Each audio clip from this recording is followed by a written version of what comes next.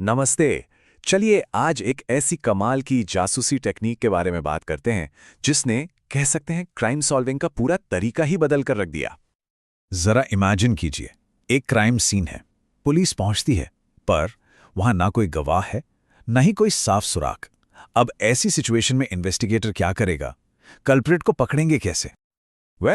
इसका जवाब छुपा है उन चीजों में जो शायद पहली नजर में दिखाई भी न दे, जैसे खून की एक छोटी सी बूंद, बाल का एक हिस्सा या थोड़ा सा सलाइवा। इन्हीं मामूली सी चीजों में, बिलीव इट और नॉट, पूरा राज कैद है। तो चलिए इस अधूरी कहानी को पूरा करते हैं। देखते हैं आखिर है कौन मॉडर्न फोरेंसिक्स का असली हीरो। और ये हीरो है डीएनए फिंगरप्रिंटिंग। जी हां, यही वो पावरफुल टेक्निक है जो किसी भी इंसान की पहचान सिर्फ उसके डीएनए सैंपल से कर सकती है।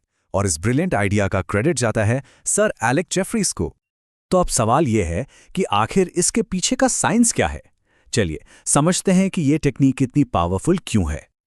आपको सुनकर शायद अजीब लगे, लेकिन हम सब इंसानों का डीएनए 99.9% बिल्कुल सेम होता है, एक जैसा। तो फिर फर्क कहाँ है?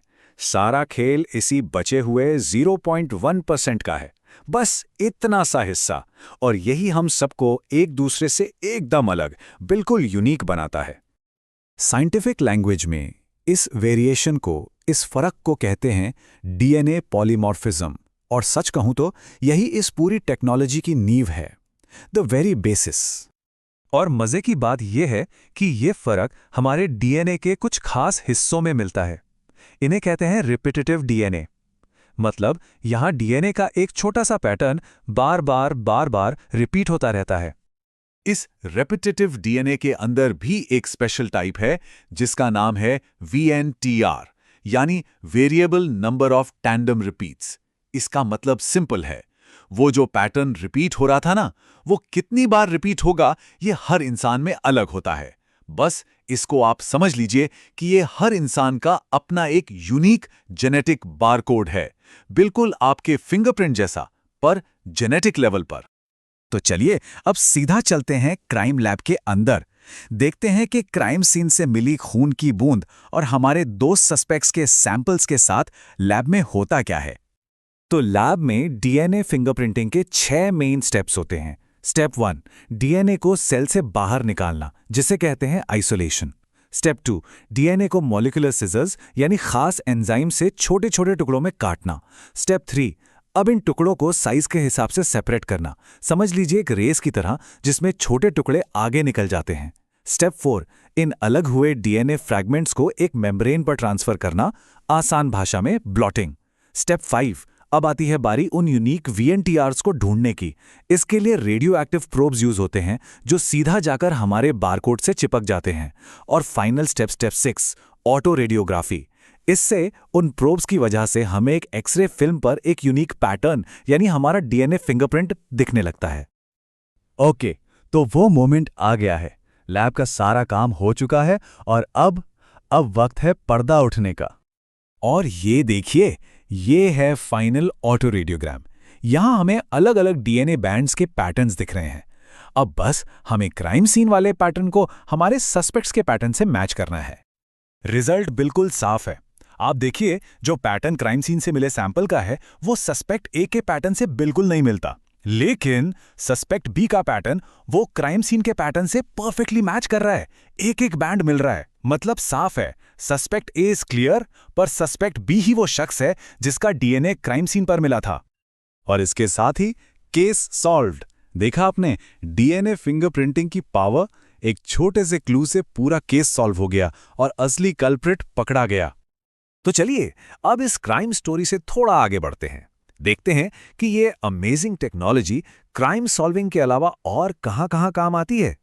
फॉरेंसिक्स के अलावा इसके और भी बहुत इंपॉर्टेंट यूजेस हैं, जैसे पैटर्निटी या मैटर्निटी डिस्प्यूट्स को सॉल्व करने में, यानी बच्चे के असली माँ बाप का पता लगाने में।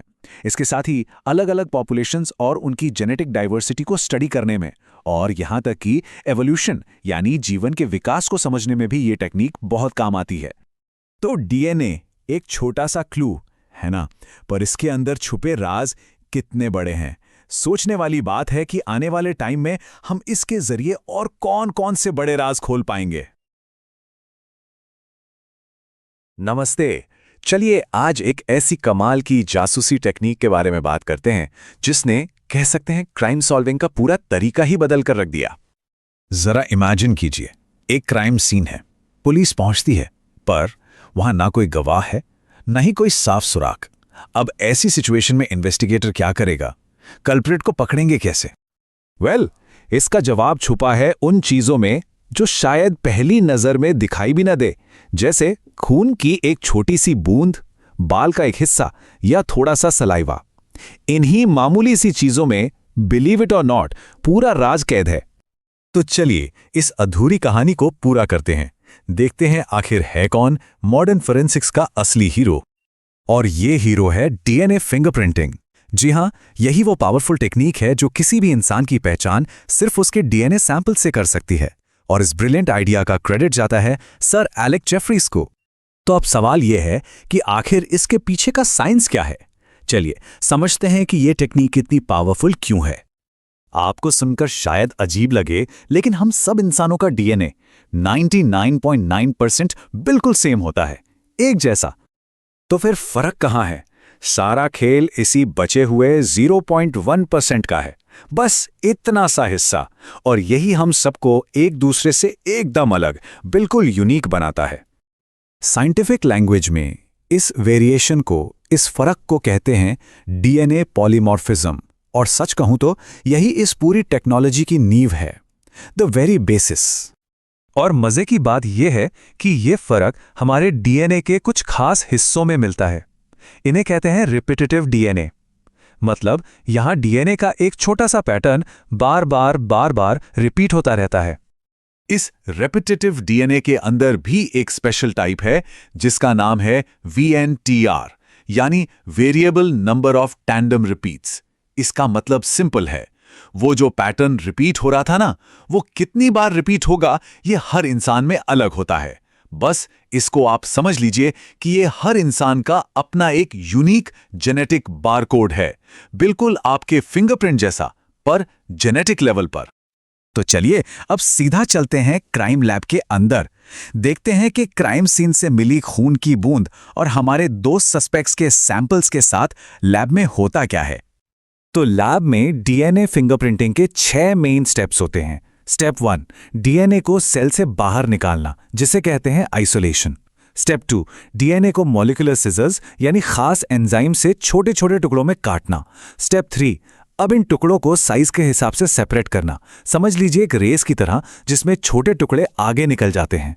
स्टेप 4, इन अलग हुए डीएनए फ्रैगमेंट्स को एक मेम्ब्रेन पर ट्रांसफर करना, आसान भाषा में ब्लॉटिंग। स्टेप 5, अब आती है बारी उन यूनिक VNTRs को ढूंढने की।